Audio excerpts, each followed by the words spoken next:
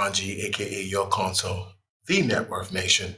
Today's that day, Financial Friday. Here we are again, January 31, 2025. And guys, I tell you, this year has already started off, oh man, with a doozy. And you know, just right now, I'm going to take a pause for the cause.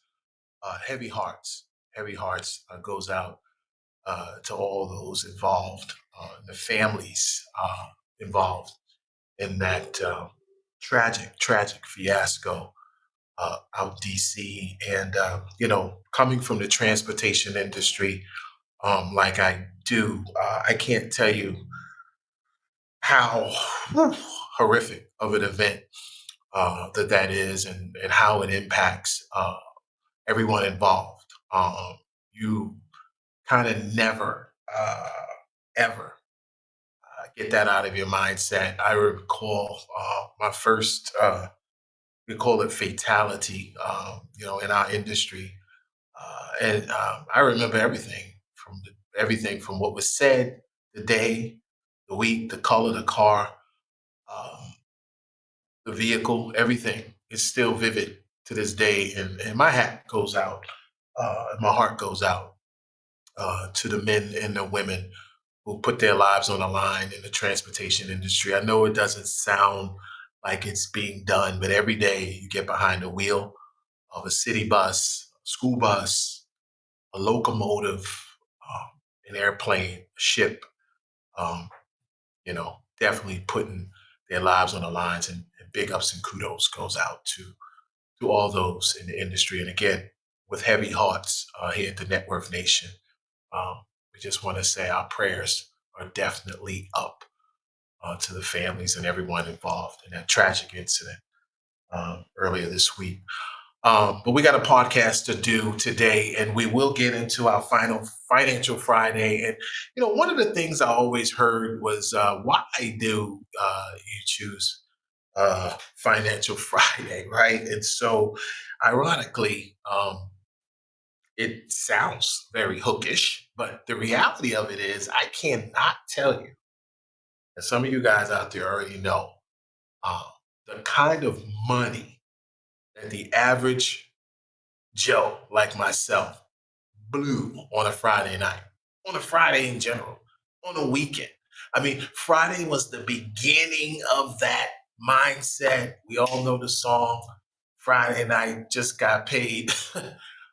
Rest in peace, Mr. Kim.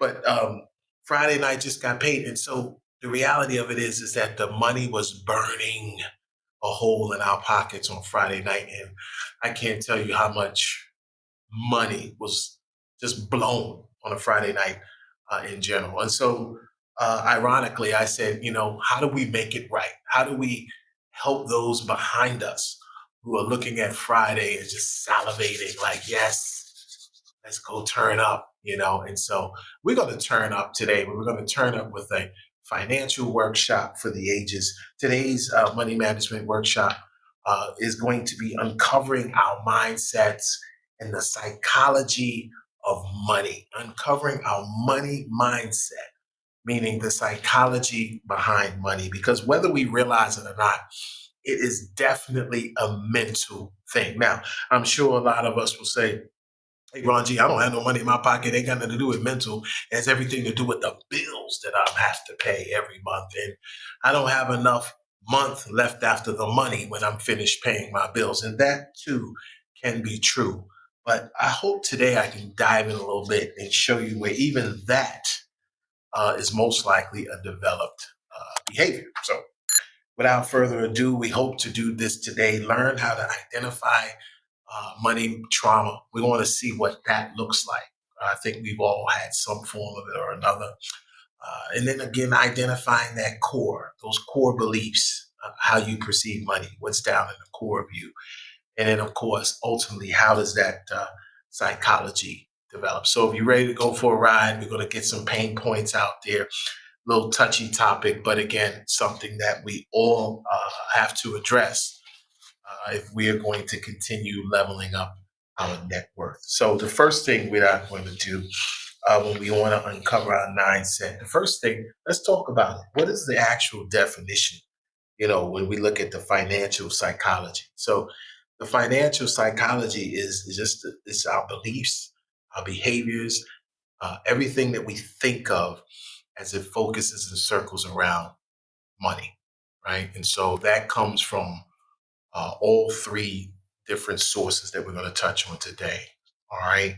The first one that we want to touch on, which is probably the most important one, is when we were young, right? When we were young and our first introduction to what money was and what it meant. And a lot of times when we were young, depending on what kind of household you came out of, you might have heard things like money doesn't grow on trees. You might have heard things like money is the root of all evil. You could have heard any types of things like that. And because of that, those early introductions that you had to money are still going to be affecting you today. And I'm going to be honest with you. Not only does it affect you, but it also affects the generations behind you. This is why it's so important for us to catch this now before it's too late. So, in other words, behavioral beliefs about money are definitely passed down from one generation to the other. And so, this is why when we look at how our children and our children's children develop, and again, how we are where we are right now today is because of thought processes and ideologies that surrounded money generations prior to us even being here. So, again, the pain point is to uncover those deep seated, rooted financial thought processes that are ingrained in our mindsets that we probably, don't even realize is there. Um, Another thing is what type of belief system did your family come up under? We all know about uh, spiritual beliefs, and depending on what kind of culture you are, what belief systems you have, um, that's influenced heavily. Um, I can tell you that growing up in some cultures, for example, and I'm going to even go there with my theological early beliefs in theology. It was always in the back of my mind growing up, in the Catholic faith. You would see that Catholic priests would take what they call, the vow of poverty or the vow. In other words, and I think it's still true to this day. Catholics do not technically assume anything, right? They don't own anything. From what I was taught that the vehicles that they use and where they live was all shared and all utilized by all of the people in the parish. So I remember we used to have that one vehicle, and old Father Meehan, God bless him, would come pick us up, scoop us up, take us, to school or wherever when we were in high school, actually. And so they always shared everything they had. So from an early point of my belief system, I said, well, I guess, you don't need to own anything because you can just have access to it whenever you need it. And well, unfortunately, I found out that that wasn't always the case rather quickly, right? And so a lot of those beliefs can happen very early on. Now, again, other cultures have different things that affect those belief systems around finances. So you have to really, really kind of dive in deep with that. And speaking of those cultures, you have to also look at the social environment that you came up from. Your social concepts about money, yes, it has a lot to do with who you work with, who you click with, your neighbors, people that you spend an awful lot of time with. I know I opened by explaining Friday night just got paid, and I could tell you, if you come out of the workforce world, out of the New York City culture in the 80s, 90s.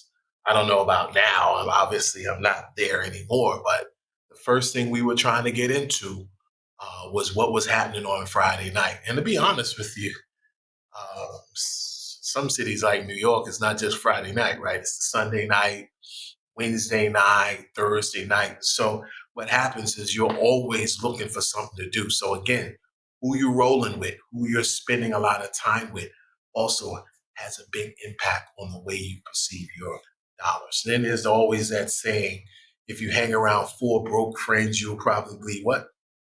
That's right, the fifth one, right? And so we've heard those types of concepts in the past, and you probably may even still be telling your children that right now. So again, how the social impact of the people that you spend most of your time and energy around will also have an effect on your resources and your finances. And so, what do you also have to look at? And this one is probably one of the more painful concepts of them all, is the systemic issues that surround uh, uh, race, creed, color, gender, right? All of these types of things. Like, you easily can talk to the average professional female who remembers, and it may still be in play today. I'm not in corporate any longer, so I don't really know exactly what that looks like. Where they may feel like there's only but so far they can go, that proverbial glass ceiling, because they're a female, and men should always make more money.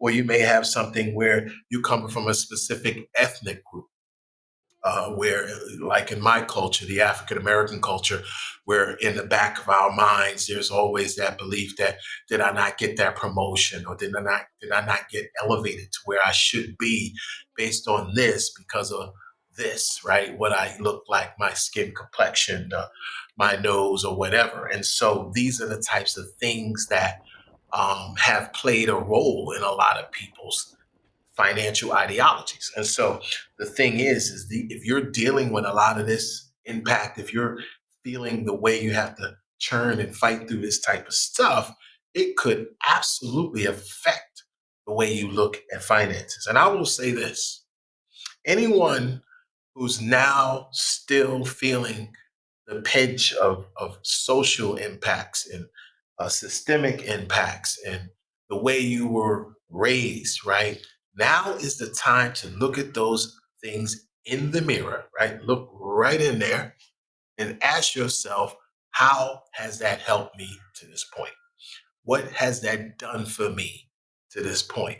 And so when you do that and you realize that it hasn't done anything but hurt you and destroy you in one way or the other, now you understand it's time to eradicate that behavior, remove that behavior, get that out of here, and allow you to begin to pick up the types of patterns that are going to recorrect that. Which is one of the main reasons why the Net Worth Nation is in existence, right? Is because we want to uncover pain points, and we want to put executable action plans in effect. And the key word is executable.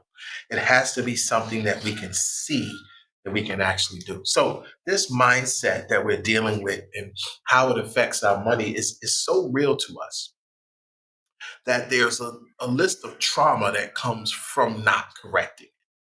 So the first trauma that, now there's no order in this, but these traumas, if I read them off and anything sounds familiar to you, then you can raise your hand at home. No one's there, hopefully, to see it. And you can say, yep, that's me. The financial avoidance, where you avoid, opening up the mail, avoid the knock on the door because you don't know if it's some form of a bill collector or a bill or a garnishment or a creditor, trying to take some form of corrective action against you. Another thing that you can recognize if there's trauma is if you have an overspending tendency, meaning that you've come up in an environment through your youth where you may have heard the words no so many times when it was time to do things, that when you came of age, when your finances became more under your control, you had a tendency, oops, I'm telling on myself, to go out and party and entertain and buy and do things because you had to try to get back that feeling that you believed you missed in your early childhood. And so that could cause some form of a problem. You may have the other side where you come up in an environment where you were so traumatized that you won't spend. You'll nickel and dime every little thing because you're so worried about maybe some form of an experience that happened when you were young. And so you're holding that money so tight that I'm not going to spend it. I'm not going to go through what happened to me, in my youth. So I'm going to hold on to every dime. And again, that hurts because there is a time and a place when we should absolutely be spending. And then, of course, the mindset of lack, like there's not enough money to go around for everybody. So whatever it is, I got to hold on to it. That lack of financial boundaries, not realizing that every dollar has a specific destination and that we have to think about that in that way and in that manner. And so when you don't do that, it comes back to you full circle in a big, big bite, right? It takes a real bite out of you. So, why is this one of the most important financial Fridays of them all? Because I realize that when we don't focus on the things that still sticking points to us, it's nearly impossible, guys, for our Net Worth Nation futures to become bright if we're still dealing with demons and trying to exercise demons that's back in our past. We have to remove those obstacles out of the way so that we can begin to level up the way we want to. And that's why we say this is the continual war against financial illiteracy. So we can talk all day about all of the things like making our money work harder than we do and multiply and meet new friends and do all of these strategic things with our resources. But if we're still struggling with these types of mindsets that keep their hooks in us and pulls us back and doesn't allow us to move forward, it's almost impossible to get out of this financial rut. So I don't want you guys to be afraid today as I leave you with this as we close. Don't be afraid to dive deep into your psyche, your psychology, and really try to get underneath what's been holding us back as we try to progress in our financial landscapes. And so, again, always ask yourself the toughest questions when no one's around, when you're in your private closet space. Ask those questions. If you're still dealing with some things, then now's the time to seek outside advice and assistance to get you leveling up where you deserve to be. Ron G, the Net Worth Nation. Enjoyed it. See you soon. Bye for now.